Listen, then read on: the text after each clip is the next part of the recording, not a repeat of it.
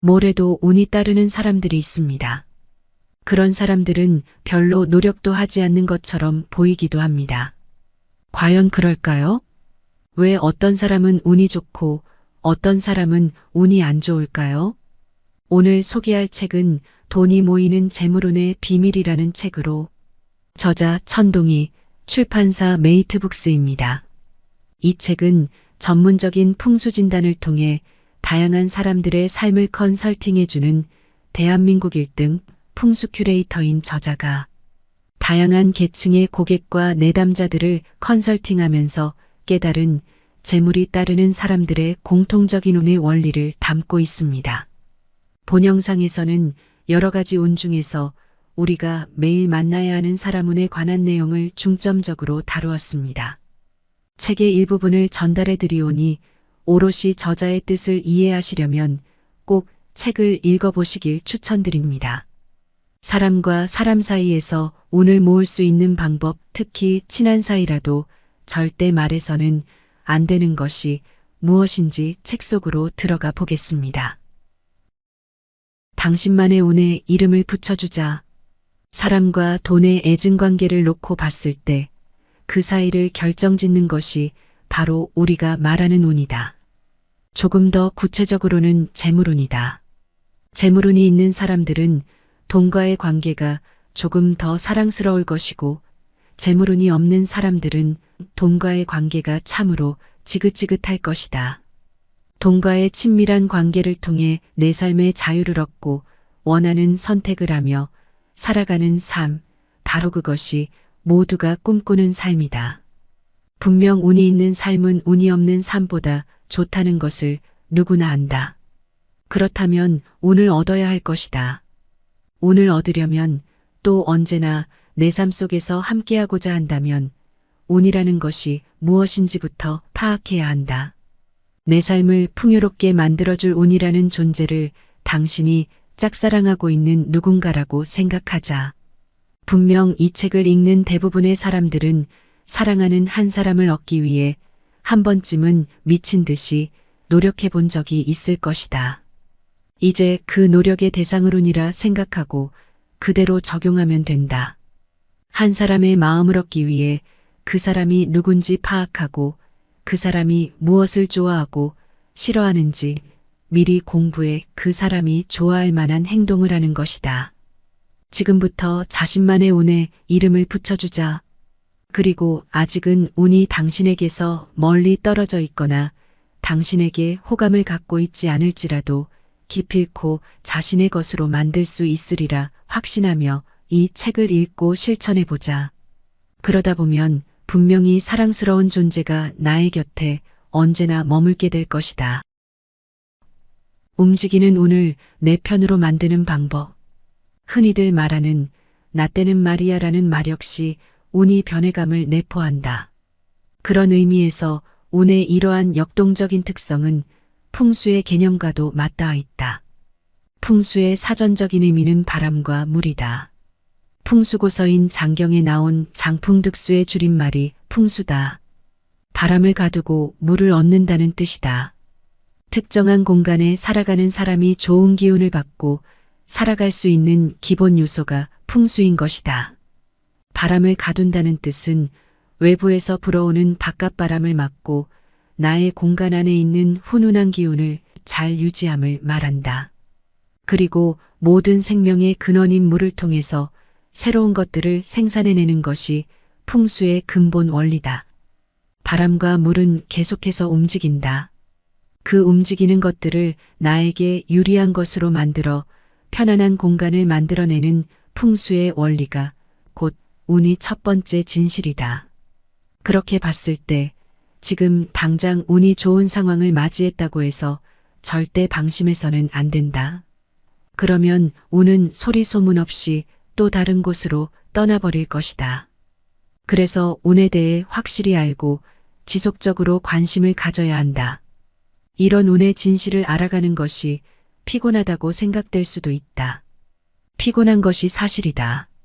하지만 잘 살고자 한다면 그 정도의 노력은 필요하다.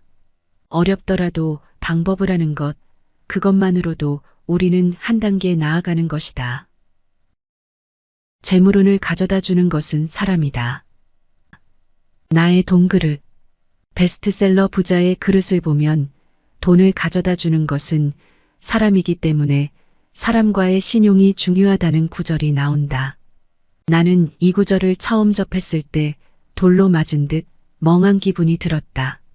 너무나 당연한 이야기인데 지금까지 그런 관점을 갖지 못했기 때문이다. 아마 대부분의 사람들이 그럴 것이다. 눈에 보이는 화폐와 숫자에만 정신이 팔려 있다 보니 정작 그것을 가져다 주는 사람에 대해서는 소홀하게 생각했다. 예를 들어 식사를 하기 위해 식당에 들어갔다고 해보자. 문을 열고 들어갔는데 서빙하는 종업원과 카운터에 있는 주인이 눈길조차 주지 않고 어떠한 안내도 하지 않는다. 마지막에 계산을 할 때까지 어떠한 응대도 없이 기계적인 모습이라면 아무리 음식이 맛있는 식당이라고 하더라도 다시 가고 싶지 않을 것이다. 종업원은 그렇다 치더라도 식당 주인은 자신의 지갑에 돈을 넣어주는 대상이 사람이라는 사실을 잊은 것이다. 손님이 들어올 때부터 눈을 마주치면서 인사를 하고 편한 자리를 안내하고 식사하는 동안 불편함은 없는지 살핀다면 음식의 맛이 떨어지더라도 다시 그 식당을 방문하고 싶어질 것이다.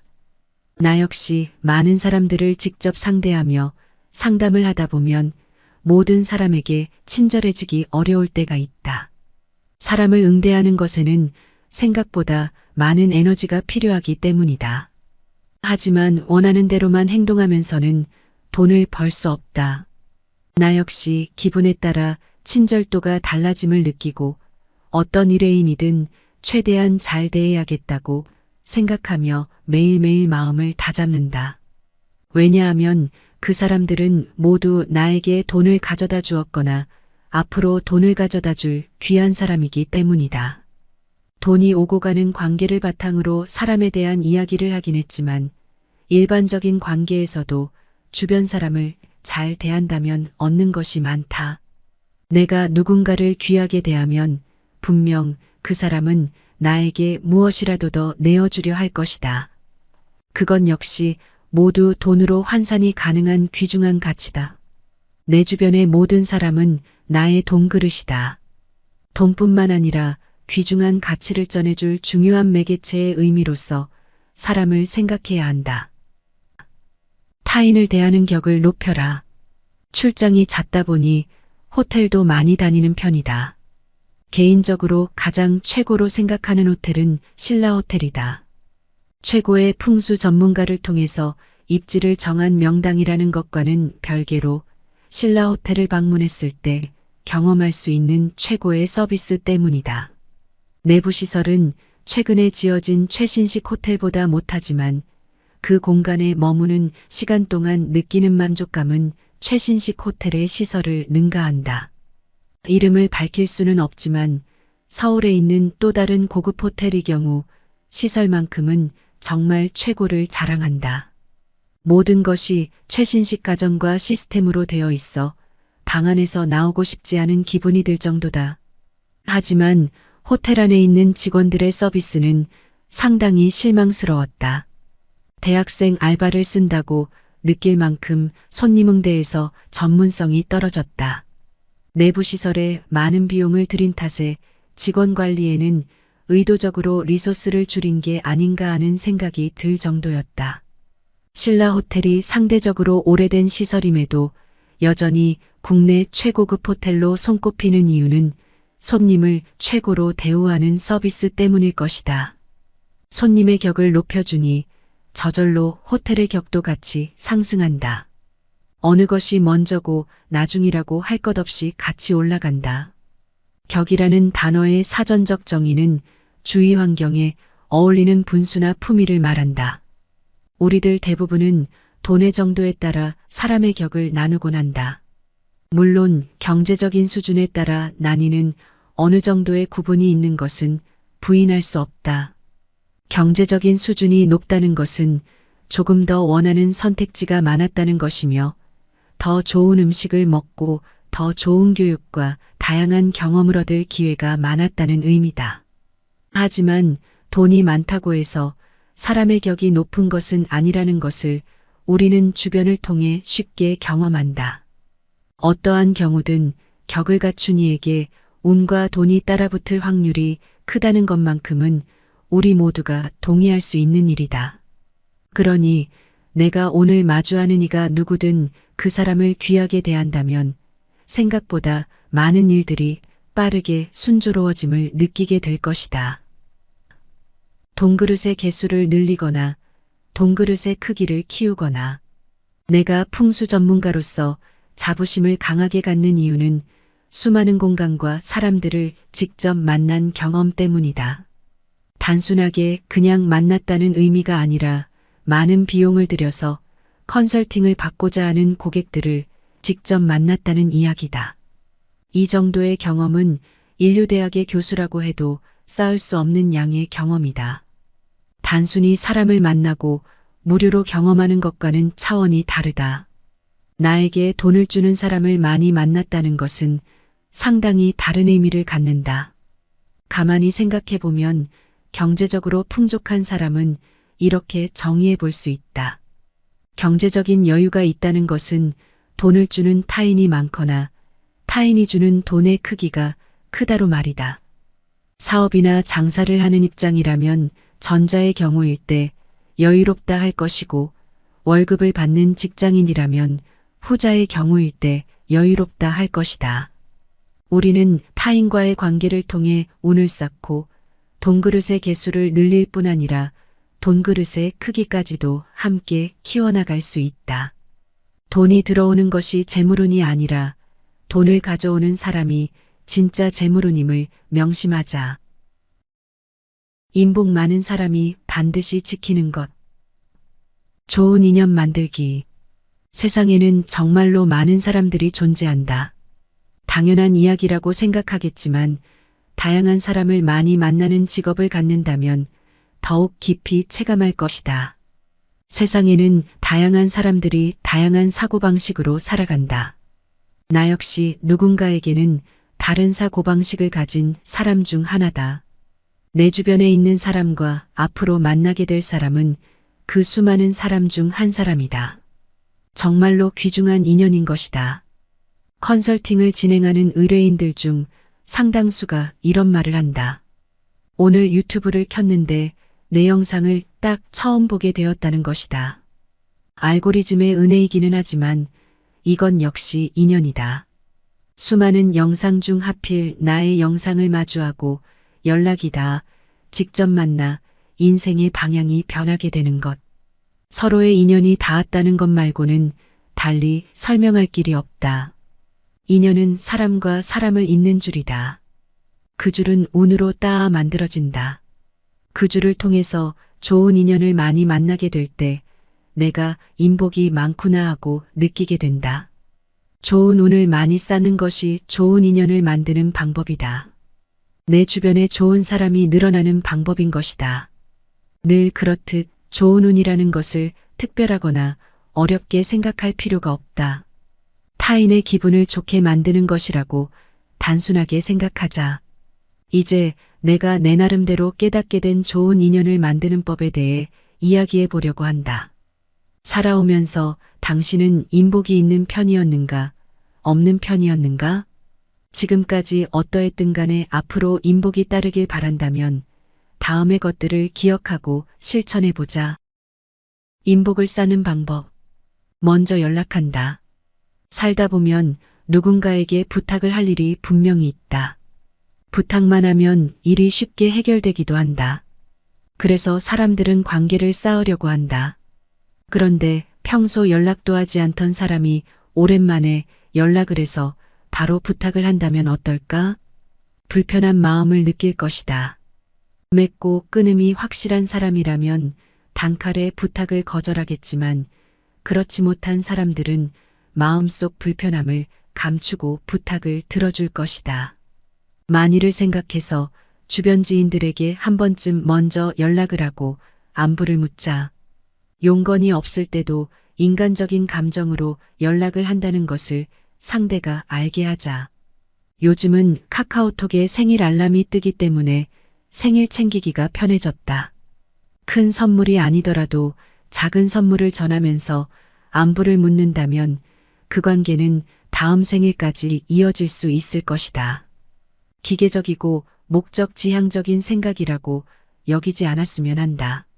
이러한 기계적인 노력을 하다 보면 자연스럽게 그 사람에 대한 관심을 갖는 것이 습관이 되어 나중에는 의도적인 노력이 없이도 정말로 누군가가 궁금해지고 누군가의 안부를 묻고 싶어질 것이다.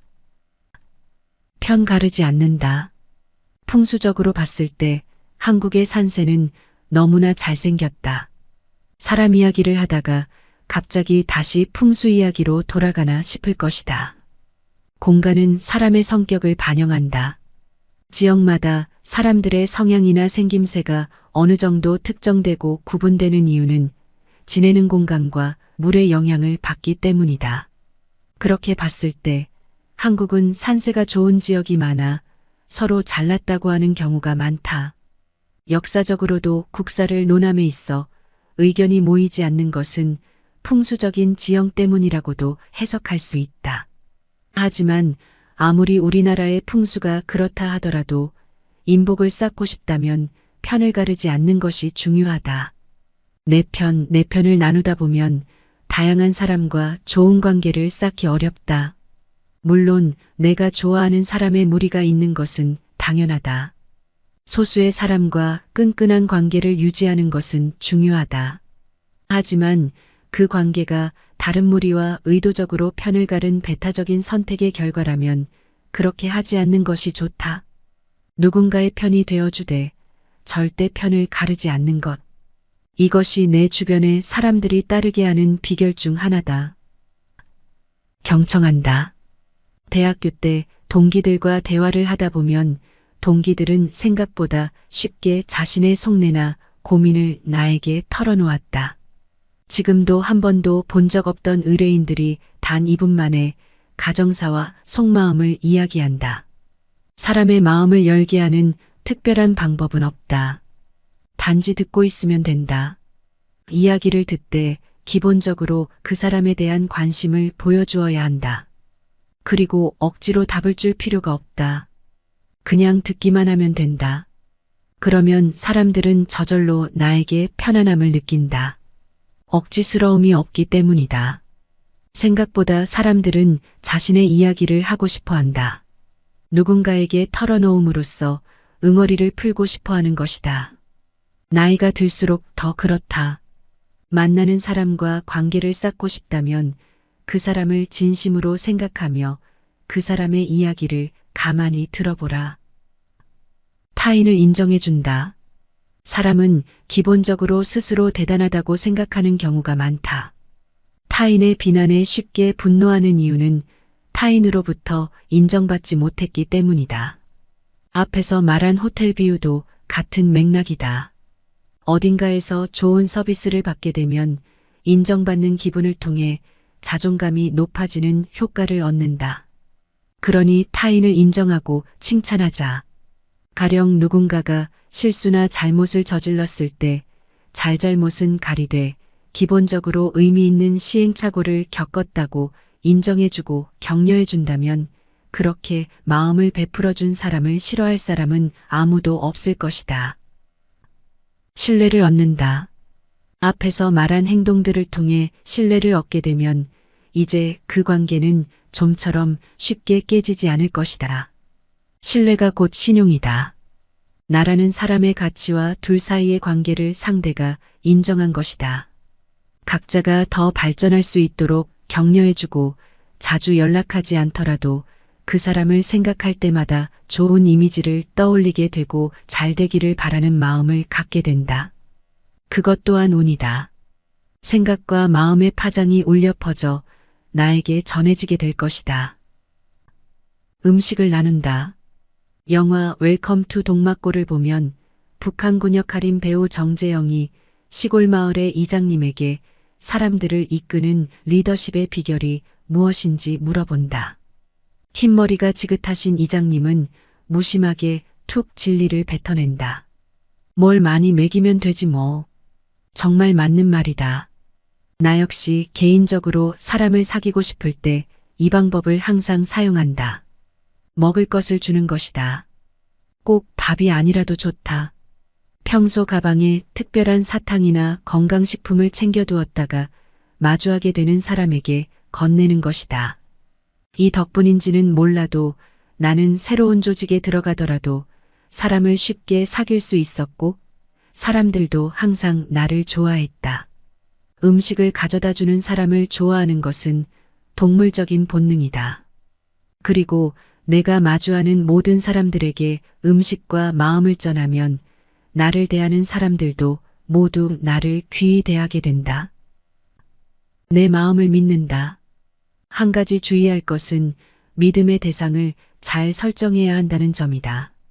믿음의 대상으로 설정해야 할 것은 타인이 아니라 바로 내 마음이어야 한다. 처음 듣는다면 이 말이 어렵게 들릴 것이니 잘 이해해야 한다. 내가 믿기로 마음먹은 것은 그 사람이 아니라 그 사람을 믿기로 한 내 마음이어야 한다. 이렇게 마음먹게 되면 시시때때로 변하는 사람들과의 만남 속에서 받는 상처를 현저하게 줄일 수 있다. 아무리 돈독한 관계라 하더라도 어떠한 상황과 시간대를 마주하느냐에 따라 달라진다. 이것을 시절인연이라 한다. 아무리 좋은 사람이라고 하더라도 좋은 시절에 만나야 의미가 있다. 그리고 어떤 시절을 만나느냐에 따라 관계가 좋아지기도 하고 틀어지기도 한다. 우리가 사람과의 관계에서 상처를 받는 이유는 그 사람 자체를 믿었기 때문이다. 그러니 그 순간에 믿었던 그 사람의 모습이 달라지게 되면 배신감을 느끼게 되는 것이다. 만약 그 사람을 믿는 내 마음을 믿게 되면 설령 그 사람의 모습이나 관계가 변하더라도 배신감을 느끼거나 마음이 흔들리지 않는다. 관계가 틀어진다면 그 사람을 믿는 마음을 수정할지 말지를 주체적으로 결정하기만 하면 된다. 아무리 많은 인연과 운과 인복을 쌓는다 하더라도 가장 바탕에는 쉬이 흔들리지 않는 내 마음의 믿음이 있어야 함을 기억하자. 친한 사이라도 절대 말해서는 안 되는 것. 참을 것인가, 뱉어낼 것인가? 사람들은 가슴이 답답할 때, 억울한 일을 당했을 때, 마음이 지칠 때 주변 사람들을 만나서 이런저런 이야기를 털어놓는다. 털어놓는 행위를 통해 위로를 받고 다시 힘을 얻기 위해서다. 하지만 뱉어내는 것이 일시적으로는 좋을지 모르나 장기적으로는 좋지 않을 수도 있다. 이런 말들은 장기적으로 봤을 때 관계에도 악영향을 미친다. 당신 주변에 만나기만 하면 불평불만을 늘어놓고 자리에 없는 사람을 흉보는 사람이 있는가? 혹은 당신 자신이 그런 사람은 아닐지 한 번쯤 생각해 보라.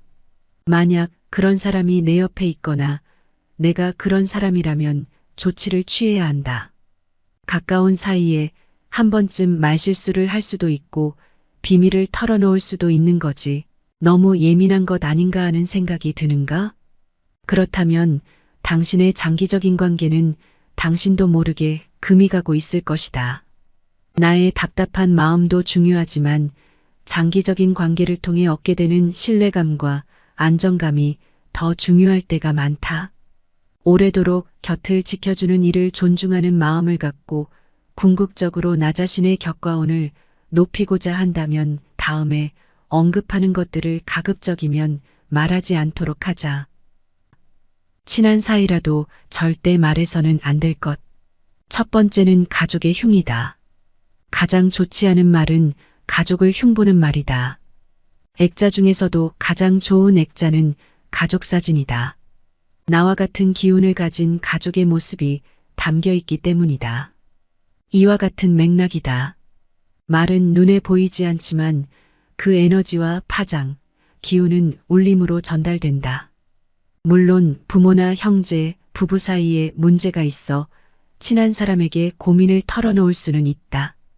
조언을 구하고자 하는 마음에서 답답한 마음을 털어내고 해답을 찾고자 하는 것은 현명한 판단이다.